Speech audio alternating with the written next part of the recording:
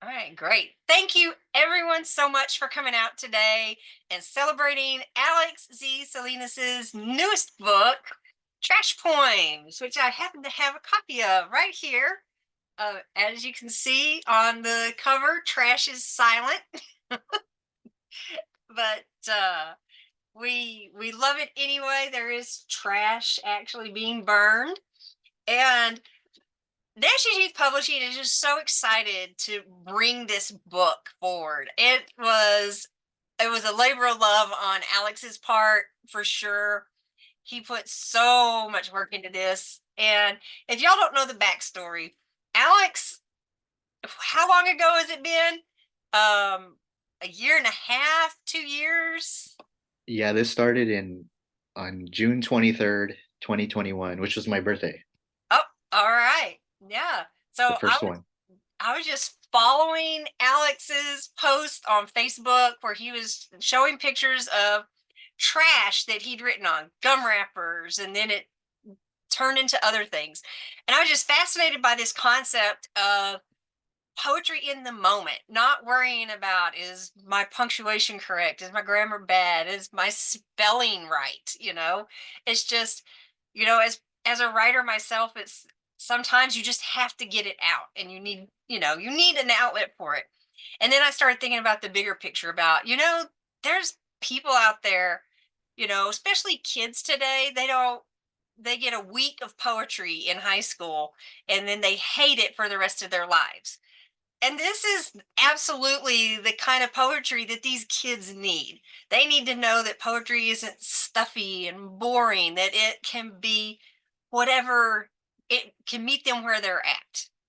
And when I went and met with Alex after we were like, please let us make this project a book, we had I don't know, 2 hour conversation at Starbucks. I'm sure they were starting to side eye us. We were there so long.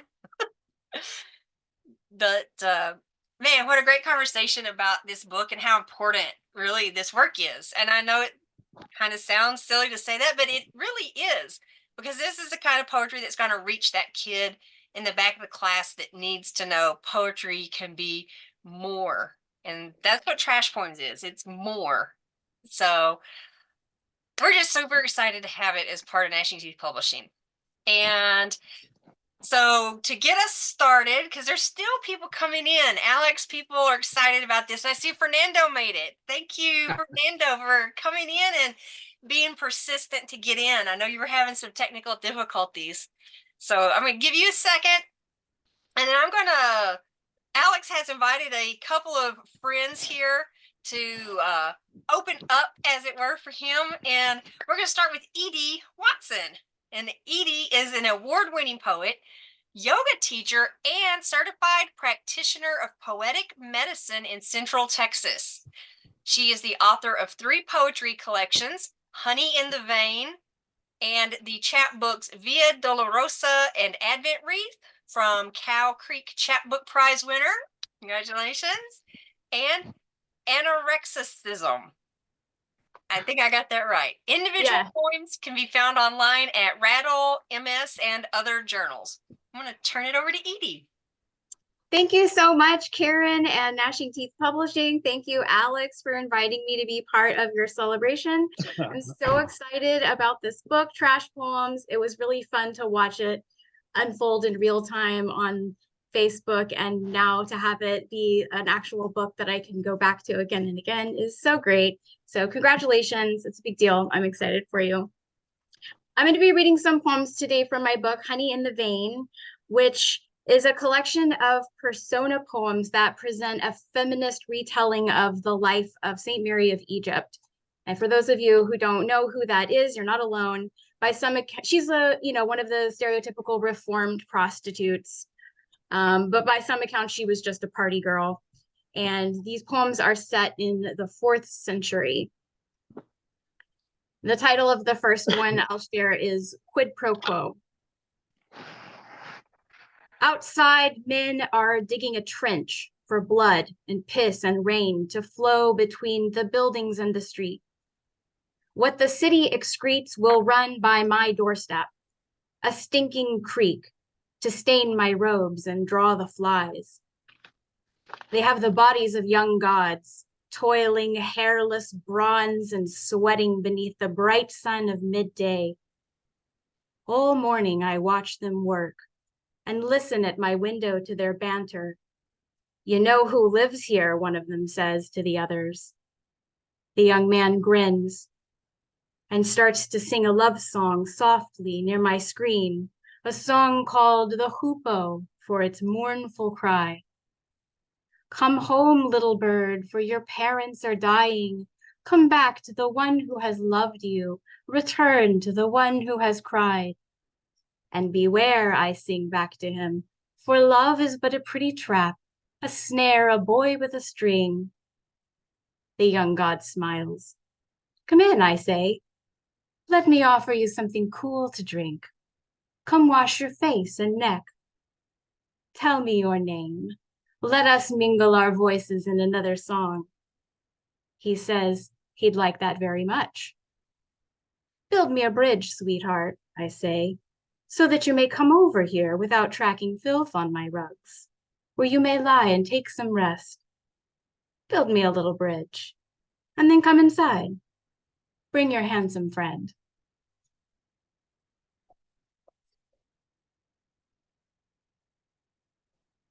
This next poem takes place after Mary has already had a transformative mystical experience and is living as a hermit in the desert. And the title of this poem is Sand. With each sunrise, I am born. Each evening, my life ends again, and I return to the in-between, where dreams unfold in me like blooms. Come dawn, their perfume lingers faint, the scent of all that cannot be, learned in books or from a master, but what is conveyed only to a mind unfettered by assumption. All I know is I know nothing. I walk where I will, I suffer, and the suffering frees in me a shape I never knew was there, as wind will scallop a cliff face.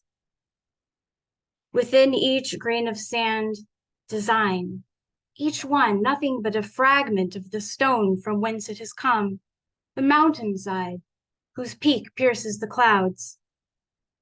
Less than even this am I, for nothing of me shall remain. Each day there is less of me. Each day I come closer to myself. Someday I shall scale a rise and my village will be there.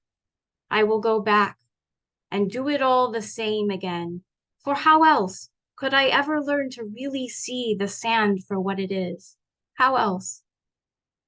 I scoop the sand into my palm and marvel at the colors there, the black and lavender and red. To think these gems have always been beneath my feet, beneath my bed.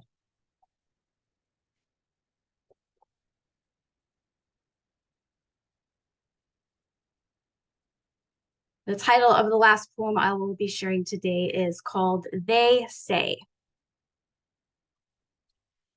They say Zosimus the monk found me. That nude I ran away from him, ashamed for him to see me. They say he gave me his cloak to hide my withered breasts, my skin burnt black. I did run, that part's true. And true, I was nearly naked. And true, I took his robe. Habit dies hard, and I was sometimes cold. I never said I was a saint. I was just a woman who dared to satisfy my appetite for knowledge, fine wine, love, a life. I never said I was sorry. He offered me some bread and wine. They say that I accepted them. Maybe. In the end, we have to give up everything we believe, even if it's nothing. Starving or feasting, both are merely ways of finding where the desert lies. Everyone has one in their soul. It took me decades to arrive at a place where I could let go with gladness all that I had been and live from star to star to star, locust to honey, wind to wind. But ask me if I am surprised that this is what is said of me. A woman without need of men is in the end a threat to them. They build a story like a cage, some holy tale to keep her in. Thank you very much. Excellent. Just beautiful. All right. Show us that book again, because I think I might need a copy of that. In the vein. Awesome. Thank you so much. Thank you so much. That was fun. That was beautiful. All right. Fernando, how are you doing? Are you ready? I had muted you at one point. Sorry. Can you unmute?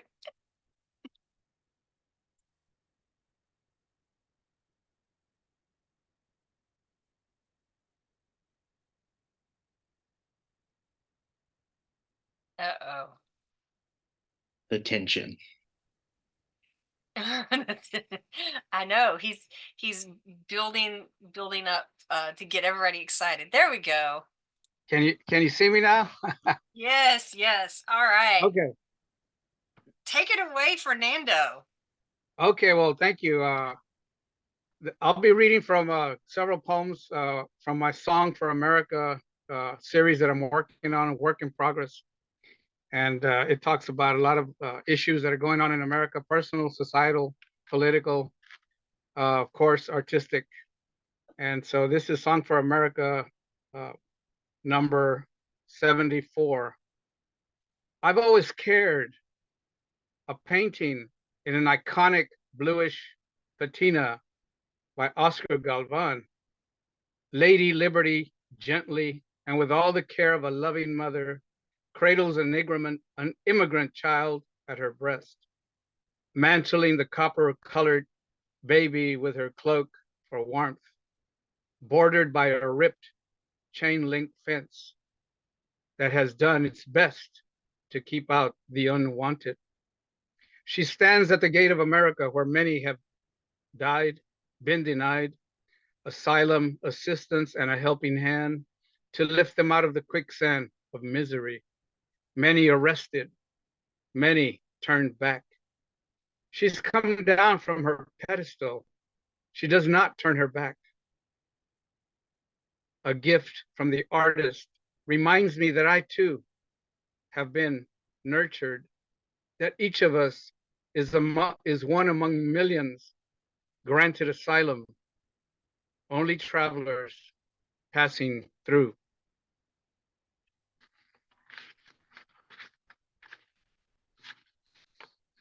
I'd like to read another one from the same collection, Song for America. This is for Sunny, and this is number 63. Sunny's got the blues. Yeah, something's going on. Tired of panhandling for handouts and loose change. He's weathered well, considering the streets another man's hell. Long, white, yellowing locks, speckled, ashy beard, face like a craggy old-time prophet, maybe Isaiah, maybe Elijah, the kind that wander the walkways, alleys, talking to the air. Still got some jump in my step. But these days, he's slowing down. He stands outside the corner store, not asking anything from anyone. Holds canned heat in his right hand, fading blue flannel shirt fastens its fingers like a tourniquet about his frame, worn out cargo khaki shorts, a bit bedraggled at the knees. The weather's thought to dip into the 30s this Sunday Eve. Don't know where he'll end his day. I've seen him sweeping parking lots, picking up cans, collecting trash, working just enough for a poor man's cure. Once he showed up with a cut over a badly bruised red left eye. I hope you won that round, I said. He mumbled, yeah, and laughed it off. He's not interested in change or being saved, just wants to live his own way. The hard blows life doles out are never easily softened or defined. Out here, anything can go wrong. The right time is just up ahead. Not much left behind. Yeah, Sunny's blue from so much red. The eternal clash of titans covers every track. One street leads to another, the other where you're standing at. Sonny's got the blues. He ain't been back. Thank you.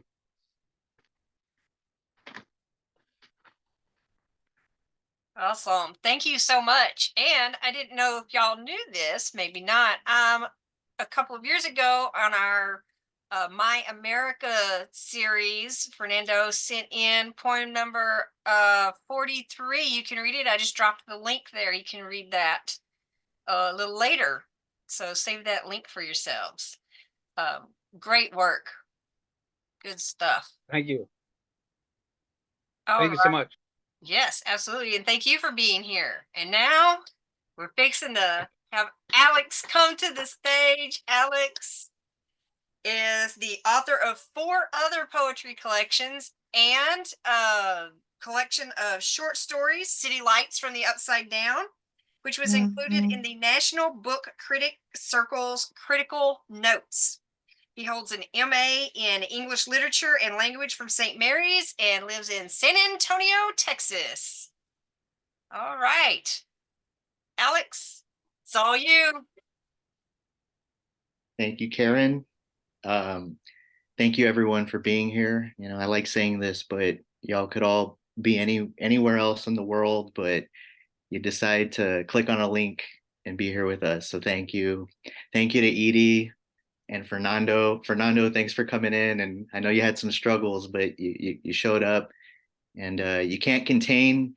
No, you can't stop a reading by both of you. You can just contain it. So thank y'all for bringing it. And I also just wanted to say too this book Trash Poems is, I still think like it shouldn't have been a thing. It shouldn't have been a book.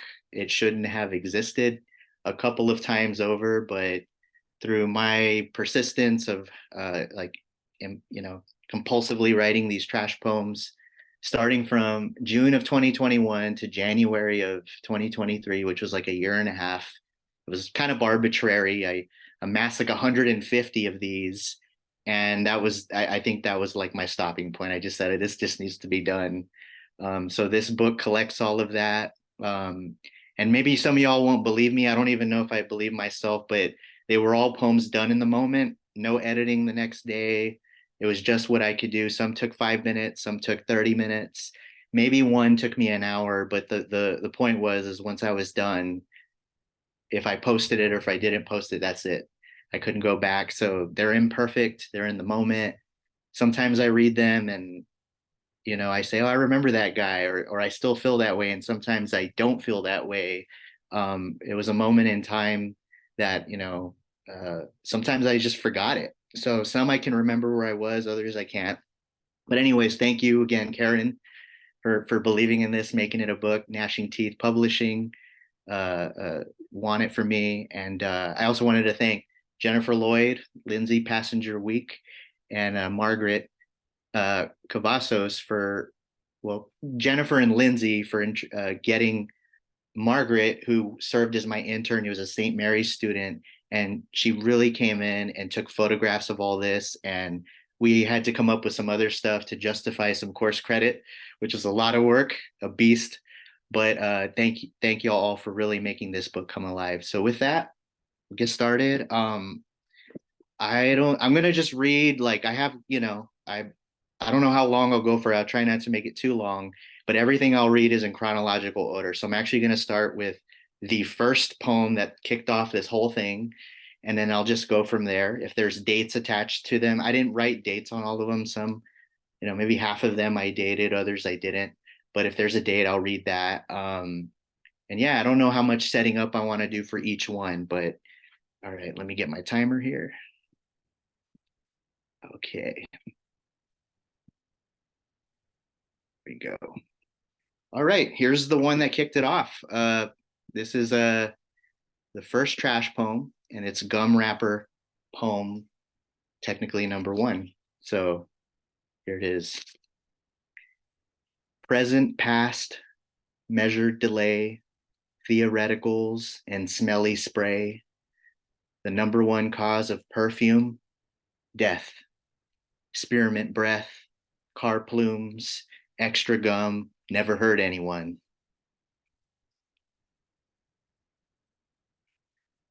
Here, this one is gum wrapper poem number 4, probably written days after that one. Oh, that was June 23rd, 2021, by the way, the first one. This one is not dated, but I think it was written days after. And yeah, it takes place in Austin, and I do reference a book. Some of these I couldn't help but referencing other book, other what I was reading, other artists that were on my mind. So this one's referencing a novel called Montano's Malady by Enrique Villamatas. So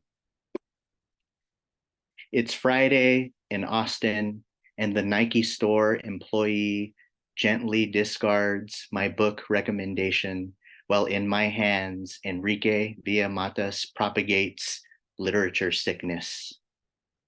No cure, I inform my satellite heart.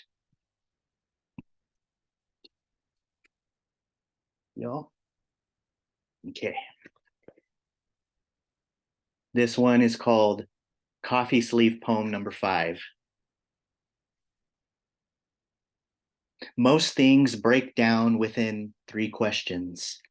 We're left to tango with Dr. Seuss and other cute sounding noise. I once told someone verbatim, a gentle nudge is lesser than a poke and mightier than an elbow. I once told somebody, sort out the white space for your own good. Then I snapped awake from daydream, and poetry wrecked me again. It's punitive, this thing, like chewing time, like a sweet stick of gum. My breath still stinks, and the seconds scream like a grandfather clock on fire.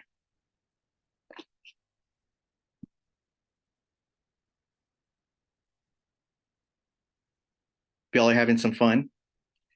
I know it's going all over the place with some of these, but I hope you can keep up. This one is Gum Wrapper Poem number 21. When Hegel says, too fair to worship, too divine to love. When Jesus says, love your enemies, the sun rises on evil too. When the sun says, chase me and mourn the night. When the moon says, I lift oceans to get a rise out of you. August 11th, 2021.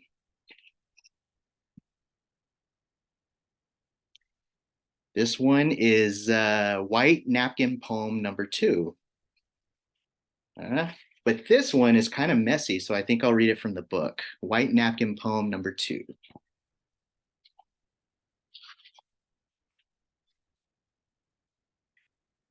I've heard of you, she said, because I've refused to hold captive those tongue-wrenching ideas. Madness, like cancer, from the inside out. A release valve shaped like man. A blade behaved as pen.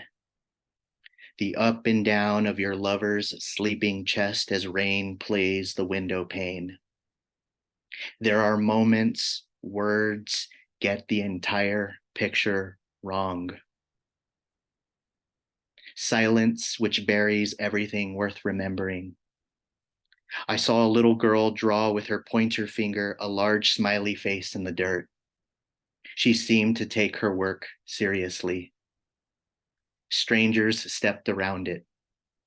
All things considered, we are also capable of this.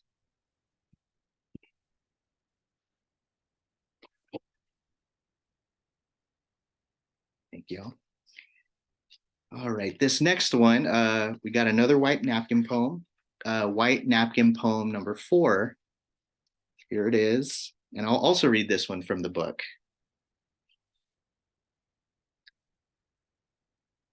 All we have is our body, which is the voice and figure of the poem. What doesn't kill us buys time for more records. Might I suggest Coltrane? For valid reasons, laughing is out of the question for some. The canvas surrounding haikus haunts me as the air and water and light from which we feed. To think prolonging death and packaging it in a big bomb is our crowning achievement. There's too much to grapple with in our free time. Where to begin with something so small and meaningful as a book recommendation? Our bodies won't save us, but the musical voice sings on.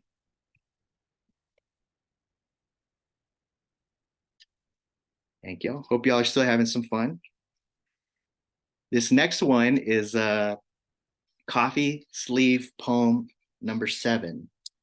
Here it is. It's an Einstein's Bagels coffee sleeve. I like trying to go there once a week. So this one is too. I think I was just thinking, these jump around as y'all have seen. I think I was thinking about my grandparents and how they're, the memories that we had while they were here. So Coffee Sleep Poem number 7. The impact of all the words I never left behind. The hands of 2 grandparents I held as they slipped into death, which I hold this pen responsible for. The coffee cools too soon. The morning is still beside me in this poem, with no plans of leaving for as long as I need.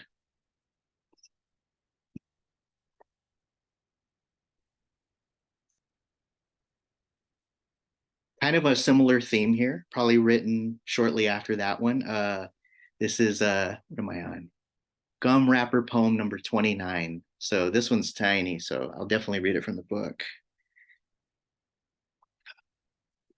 The past is never dead, Faulkner said. And if so, I'm still riding my bike, no destination in sight, making promises to grandma to carry her to grocery stores when her legs give out. Promises fleeting as second lives. The wind still whips my face, fills my throat with gnats and lies. Pedal faster. Dinner's an hour away. Tomorrow never arrives. January 26th, 2022.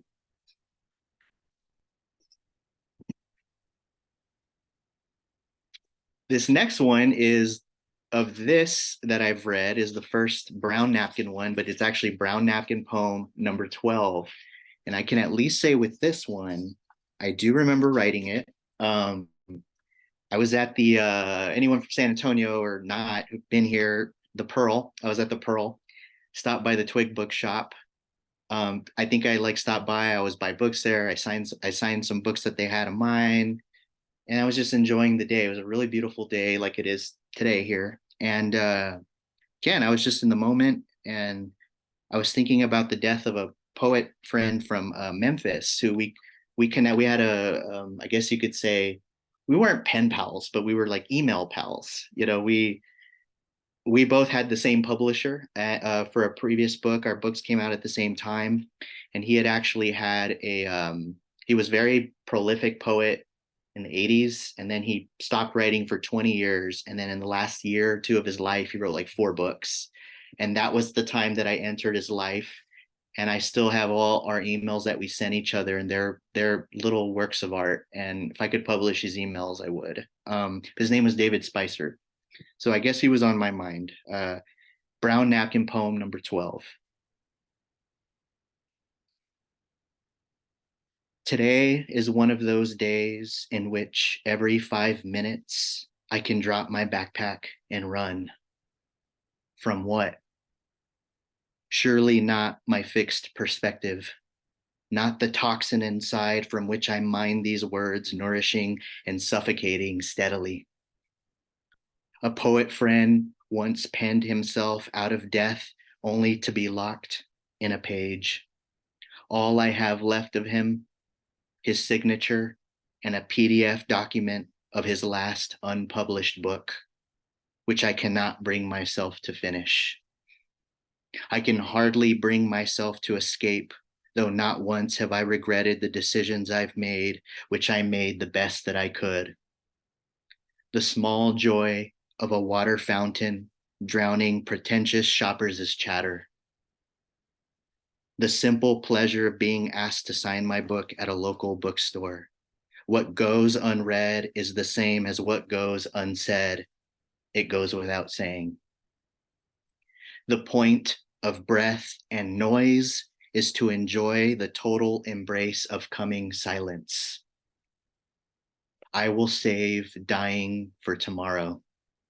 For here and now, my ears are open. Thank you.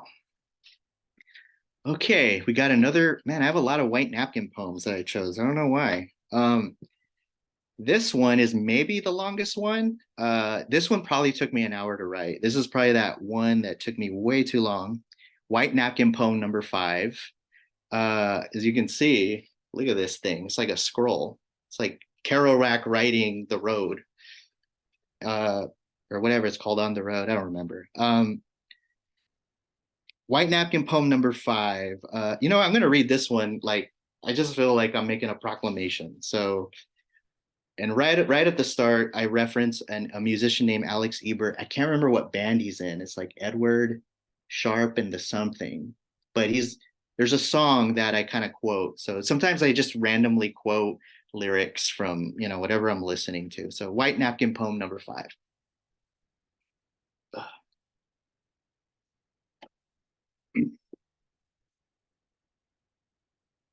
When Alex Ebert sings, "She got jumper cable lips," I understand the image because the women of my page are perfect only when the darkness shuts my eyes. Because sharp teeth, electricity, shortages in the city. A city is only a city if car envy gasses our star. Medina, suggestive in 3 tongues. Income, then out you go.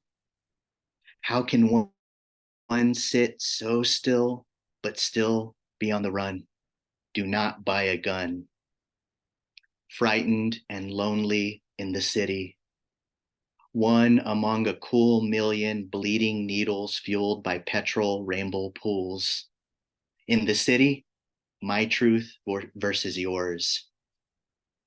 I read about our city from my library, where each book is more dangerous than the last. How we got here is a long and complicated story.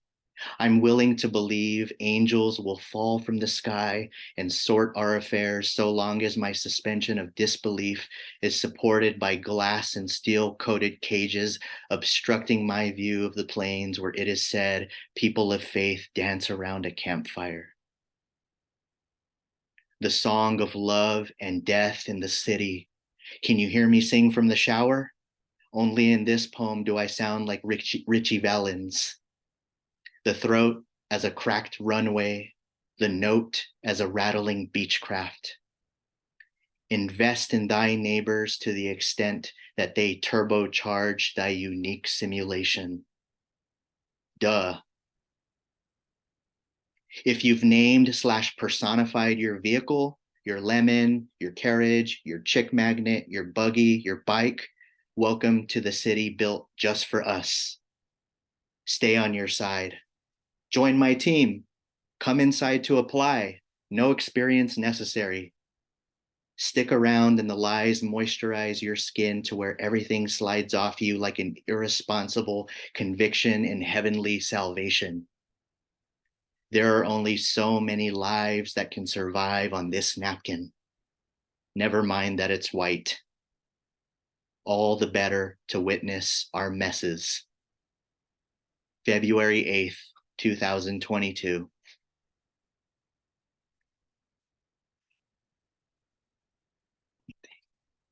Okay, next up. Sorry, that one's a little breathless. I know It's a lot to keep up. I don't even know what I was doing there. This next one is maybe like the close, well, I have a line in here on my little set list. I don't know why. It's like, I guess I should have said this to start, but I was going to say, like, and remember, kids, the poet is obligated to no one. Um, and with that, I mean, sometimes you can write about political stuff. Sometimes you don't want to, but, you know, my opinion is write about whatever the hell you want. Sometimes you need to get political. Sometimes you need to take a stance, but you ain't obligated to anything. So maybe this is one of those ones where I wanted to call out what was happening a little, like a tiny bit. So this is Brown Napkin Poem number 13. I'll read it. This one's also kind of messy, so I'm going to read it from the book. I dreamt multiple realities danced between my fingers. I covered my eyes and counted to 10. I heard the bombs sending souls to the sun in the Ukraine. I saw a storm cloud darker than rot. I prayed for Godzilla to rise again and fry the Hydra inside men.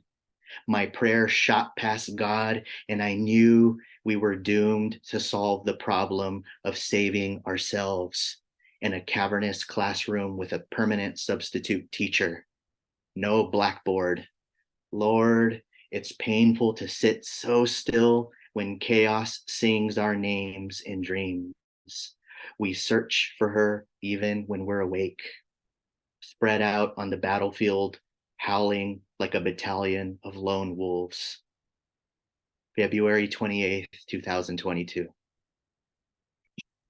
Okay, guys, we got just a few more. I think yeah, I'm good on time. So this one is another brown napkin poem. I think this one followed the last one. The last one was 13.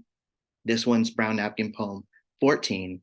I do remember where I was when I wrote this. I was at a Starbucks that's connected to a Barnes and Noble on the west side of San Antonio, which is kind of a cool, gritty side of town. A lot happens there.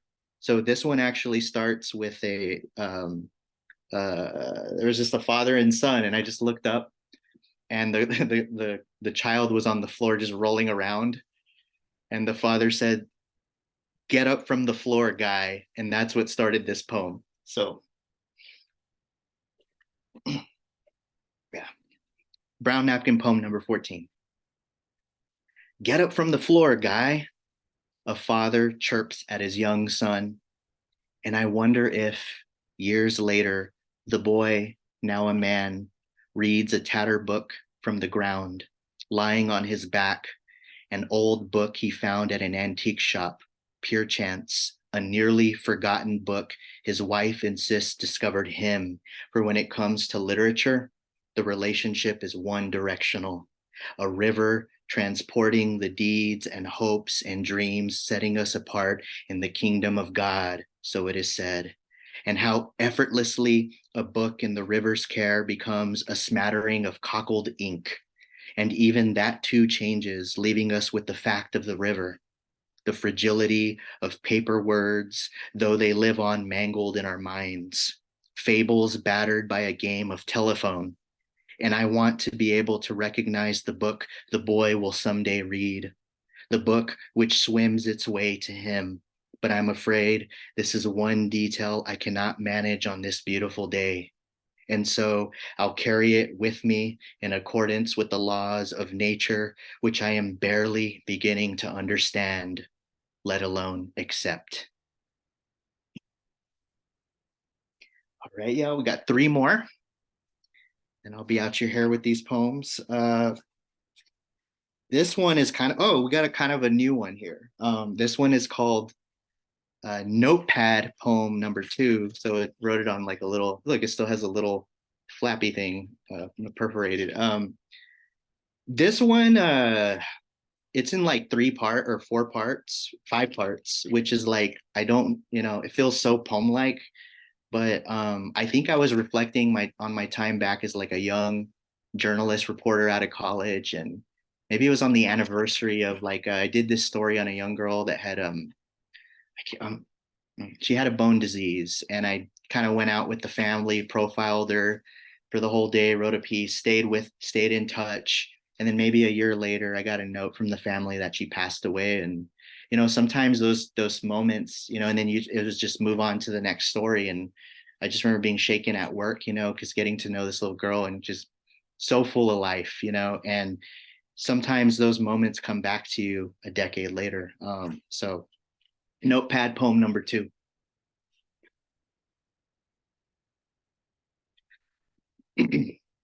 Part 1.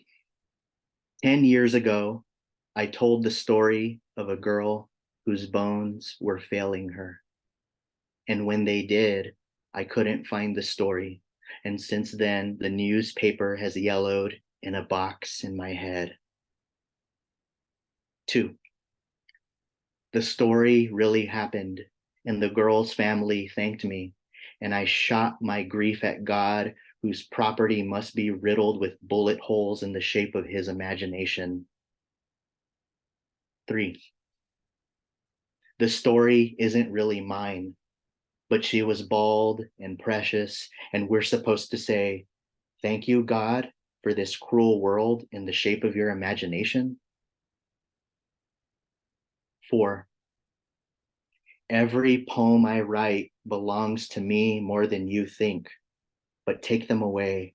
I cannot love them equally, which is a sign of a good father with a bad heart in the shape of God's fist.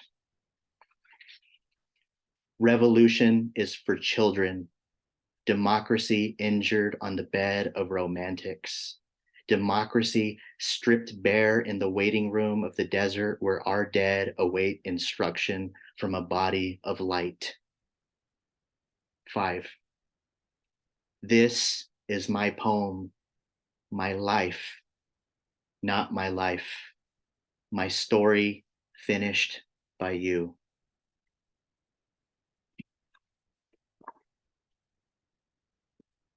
We got 2 more guys. Oh gosh, we're gonna finish with 2 white napkin poems. These, maybe, I don't know, maybe those were my best ones. Maybe that's a sign that only read the white napkin ones. This one is white napkin poem number 13. And I only have one note I left to explain this, which is this was a poem to purposefully lose and find myself.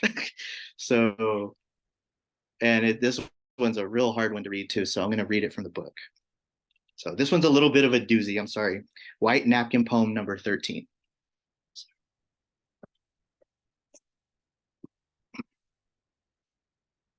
I, the past, present, writing into the future. What is the future but the past propelled? What is the present but the future melting in my dead palms? Is it each of us carrying 3 clocks going up on an escalator, down in an elevator, lying down, looking up, crushing time on our backs? Put the eye on its side, and the 2 endpoints signify the beauty, baby, and horror of parallel inescapability, which is to say, linguistically, I am not alone. But damn, where did everybody go? It's not that it's lonely at the top, but the birds and lightning are bad at telling jokes. And when I say knock knock, I find that it's me on the other side of the door. There's a tome in my hand in case nobody answers. Planning ahead, a hydra head of presents. Knock knock, I'm already home. June 8th, 2022. And the last one, actually, so I lied.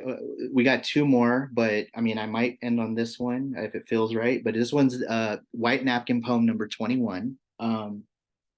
And this also may be one of the longer ones I've done.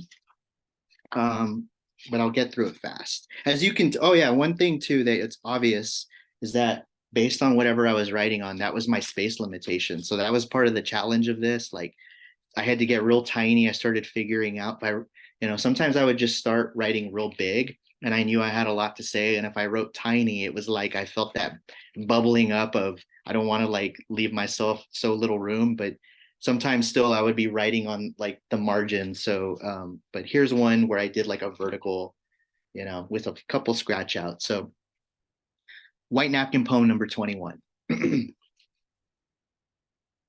I once nearly attempted the great American poem on a fallen leaf, but good grief, is nothing sacred? I once talked myself off the ledge by diving into the deep end head first, and my nose is still burning and my eyes are still closed. I once hugged my grieving older brother so hard I lost myself in the world and was a gold spoon on a silver-tongued forked path. I once spilled my guts on an egg white napkin, but ate the napkin. You'll never get that close.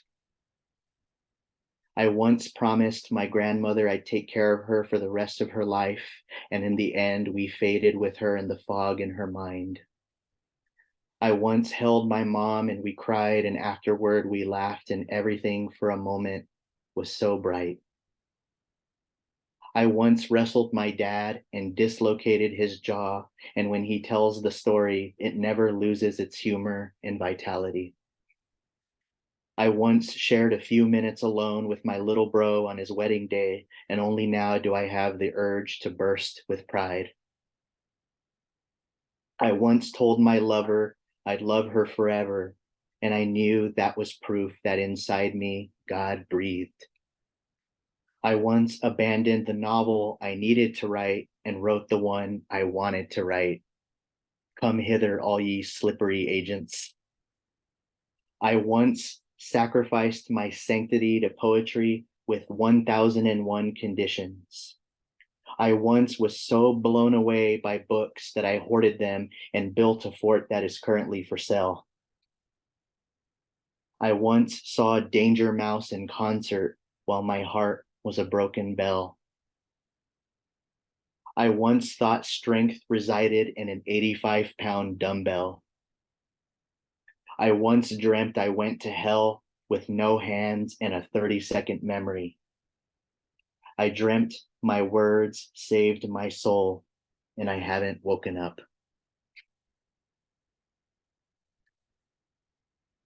All right, y'all. The last one I got, this will be the last one, and it's because it's a new format. If it was another White Napkin poem, I would have just ended it there. But we'll do one more, and this one is this one was done. Yeah, it's called Gift Card Sleeves poem. So yeah, this is a January 1st, 2023 poem, and I got like two gift cards for Christmas to a bookstore. One's like nowhere, and I did this thing where I started writing a poem, and then I felt like I had more to say, so I had to like tape them together. So it's a weird contraption. Gift Card Sleeves poem, and this is the last one. And this was near the end of this whole project. Korean pagoda and red oaks, turtles lining the pond's edge with sun crane necks like cypress stumps, Aldo Leopold's prose in our ears. Thus began our New Year's, love, the treaded trail of conservation, labyrinthine, 67 degrees, post-freeze, San Antonio, Texas. Napkins and coffee sleeves have suffered mightily on my watch. All trash poetry is trash talk. Stop. Whosoever said to end not with a bang but a whimper. Agreed. But we're basically idiots. 4 to 5 books at any given time in my knapsack. At any given time, my spine be like, seriously, jackass? Half the time, the answer's always yes.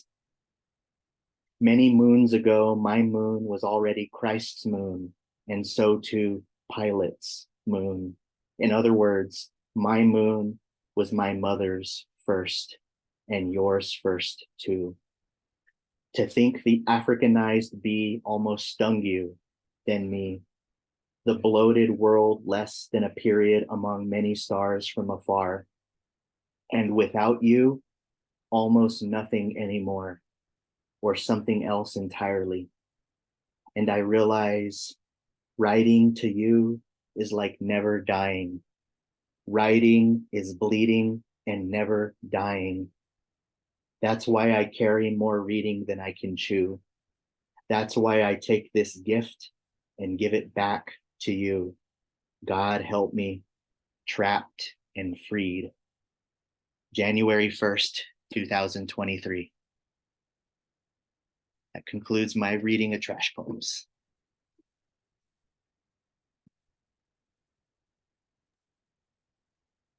Man, that was awesome. We've got people watching on Facebook, we've got people here in the Zoom room, and I mean, everybody is loving what you're doing. Oh my gosh, I can't even keep up. Whew. I'm going to open it up to the audience. If you have questions for Alex or comments for Alex or ED or Fernando, just pop on the screen. And there is a slight delay on Facebook, so I'll give that a minute too. If there's any questions, just put them in the chat and I'll ask Alex here.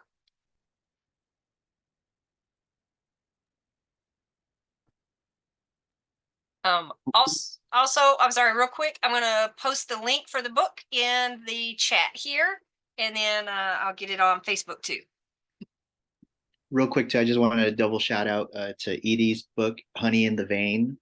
Check it out. Get it. It's an amazing book. And I had the opportunity to blurb it. She didn't have to ask me, but I loved it anyways. And for Fernando, and she has other books too. Fernando, the book I got is called Red Accordion Blues. Reach out to him, find him. He's got other books, but this is an amazing one. So Red Accordion Blues by Fernando. Just wanted to shout those out.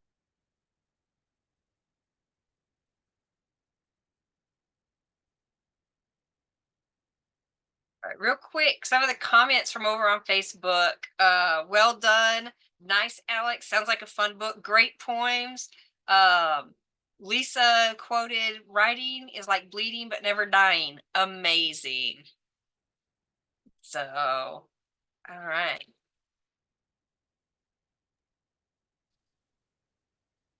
Anybody have any questions for Alex? Like why he even started?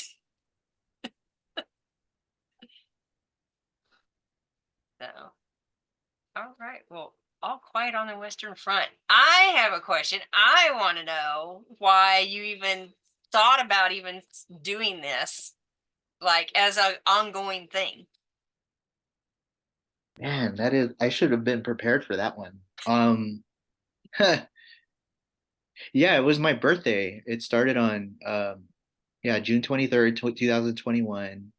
And I think I don't know, I was working at St. Mary's. It was near the end of my time there, and it was probably after lunch. And I you know, probably had a meeting like in the afternoon, so I was chewing some gum and so I wouldn't have like bad breath or whatever. And then I maybe just had the thought while I was walking to back to the office, like of how wasteful it is, just all the gum that I've chewed. It's like one of those stats, like, man, if I could ask if if God exists and at the end you ask him questions like stats, like how many gum wrappers have I, how much trash have I produced? And it'd just be a deplorable number that would shock you. So I think maybe that like must have been in my head. And I just thought like, let me hold on to this little gum wrapper and let me try something out in the moment. So that was sort of birth gum wrapper poem number one. And I enjoyed it so much. I did the exercise again the next day and I amassed about 5 of them, and the plan was to just throw them away. Romantically, I wanted to burn them, but I just wanted to like toss them or write them, post them on like Facebook, so whoever could read them, and then throw them away. But I think like at some point the ego took over, and once I got 10, I just kind of started hoarding them like a little troll, and then I started expanding operations to napkins and coffee sleeves and leaves and a Campbell soup can, and there's all kinds of crazy stuff in that. If I spread it all in my thing, I literally think someone would be like, "This guy is out of his mind." So I'm glad they're all in a shoebox because it's a lot. Anyways, All right. One of oh, the questions on Facebook is, what's the strangest piece of trash you wrote on? oh, uh, okay. a leaf is pretty weird, which is funny. I was sorting through my trash today to get these pieces out because there's 150 of them. The leaf was in the Campbell soup can weirdly. So, the Campbell soup can's very like, little Warhol. I was like, I'm only gonna do one because I don't want this to get, thought about too much. But the leaf was interesting. And then I did one on a chopstick. So I had like one, I could only do one line across. So that's like a really wacky poem. So a leaf, a chopstick, and the cap to a water bottle, which I had to write in a circular way. So I had to transcribe that one immediately because I was like, the ink was fading. It's really hard to write on a water bottle cap. So those are like the three that just come to mind. Yeah. All right. In the chat here, how does it feel to publish unedited poems? Was it scary or liberating, etc.?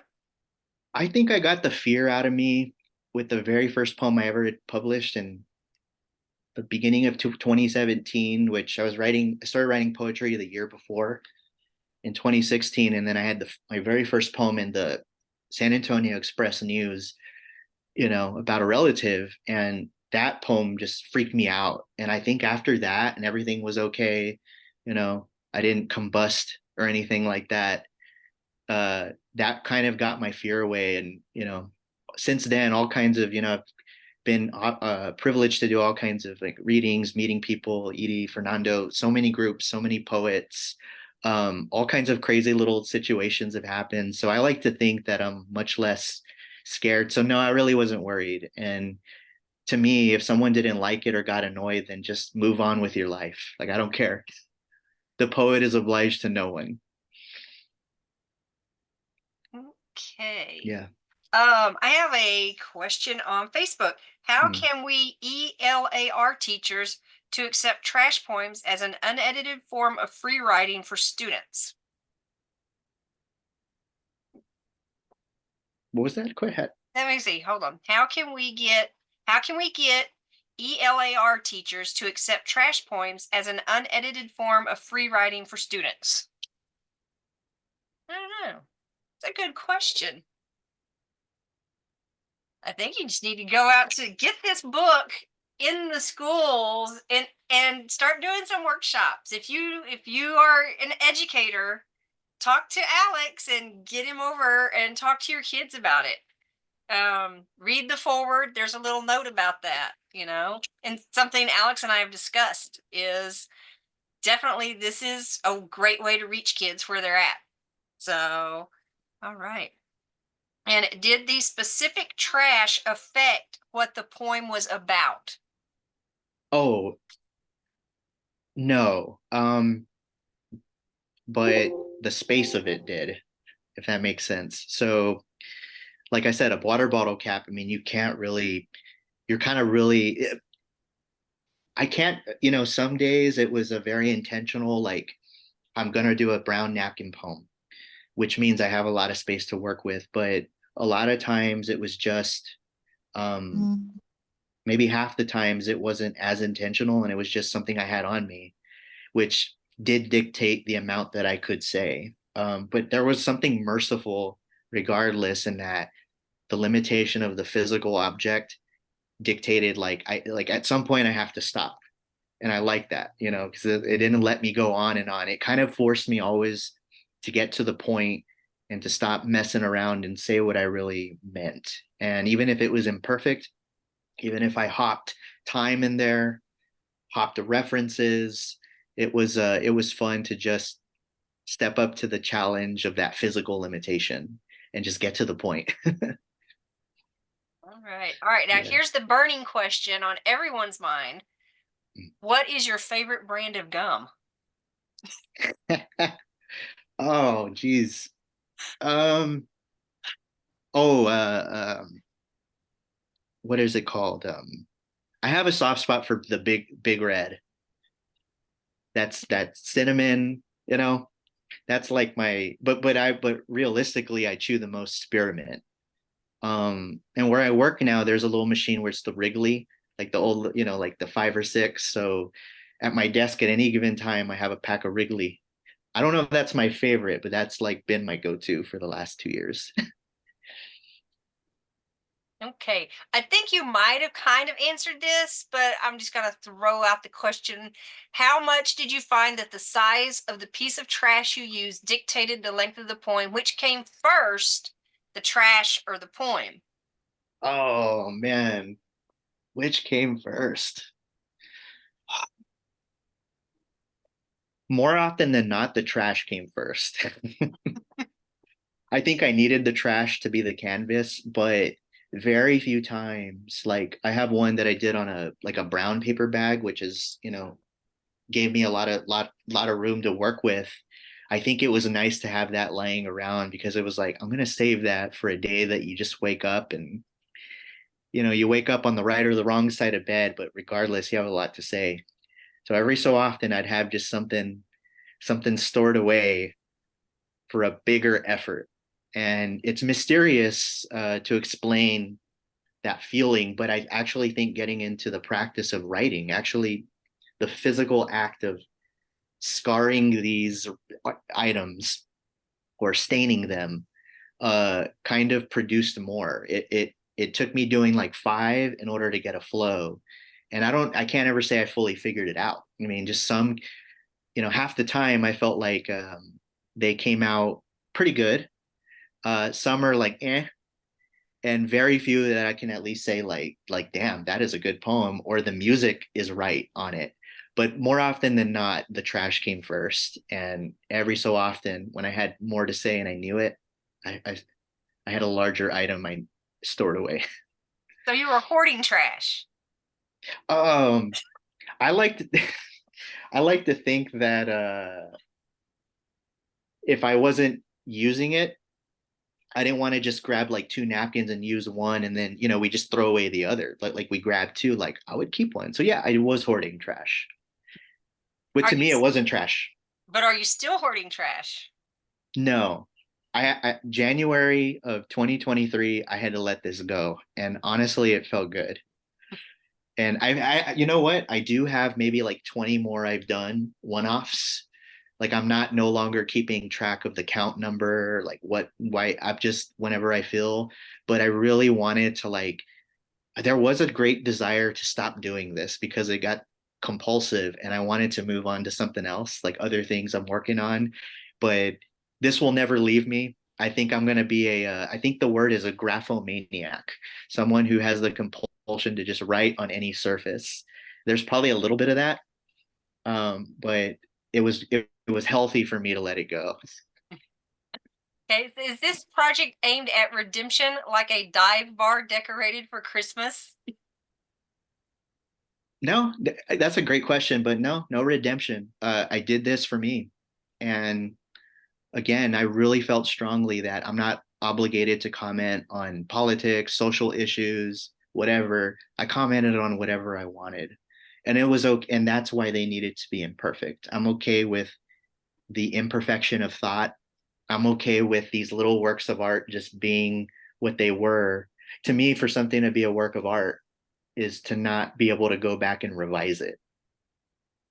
Is we so there to me that was maybe that was the redemption, was knowing that it's okay for it to be imperfect, but I want to not be able to go back and mess with it and get weird and overthink it. So if a thought that I put down on paper comes out wrong years later, it's okay. The intent was not to go back and revise. All right. Were there any poems that just didn't make the trash poem list because you lost them or were difficult to read? There is one item missing in my the shoebox, and it's my oldest brother did have a bodega that he opened like at the start of the pandemic, and it was in Southtown in San Antonio. Fortunately, they had to close after year and a half, but he did have a coffee shop at his bodega, and the bodega he called it Wong's Bodega, and then I did do a coffee cup poem on one of the Wong's Bodega cups. And I even mentioned it. And thankfully, I took a photo of it while I wrote it in the bodega. And it's on my phone, but I cannot find that coffee cup. So if I didn't have that photo, that would have just had to got left out. But so in the book, that is the only item that I actually don't have. And I don't know where it is. So if you see it, please send it back to me. It says Wong's on there. So Melanie wants to know what's next. What's next? Good question. I from 2020 to 2020, about a year and a half, but in mid 2021, I finished writing the first draft of a very short novel. I've been editing it on and off. I've sent it to a few places. I did get an acceptance, but it wasn't quite the right fit. So my goal, hopefully this year, is to get an acceptance on the novel. That took me a year and a half to write, and then I'm working on a bigger piece that I thought was going to be a longer short story, and this thing has legs like you wouldn't believe. I haven't even gotten to the part that I wanted to talk about in the story, and I showed it to a few people, and they were like, "Bro, you have a novel on your hands," and it kind of makes me like gives me a headache thinking about it. Anyone who's I've shown it to knows that the language is so elevated. It's really a hard voice to tap into, and I've loved doing it. But that's what I'm working on is a novel that's kicking my butt, and I don't want it to be. No. All right. Well, I think that's all the questions we have. Mhm. So, and I want to go back to what Alex said. Big shout out to Margaret because, okay, you see in the book, you'll see a picture of the trash. She took multiple pictures of each one from different angles to get the lighting just right and to get it where you could actually read what was on it. So, yep, there's Margaret's caricature in the back. And boy, we can't thank her enough for all the hard work that she put into this book also. So if you know Margaret or you see Margaret running around, tell her thanks for all your hard work.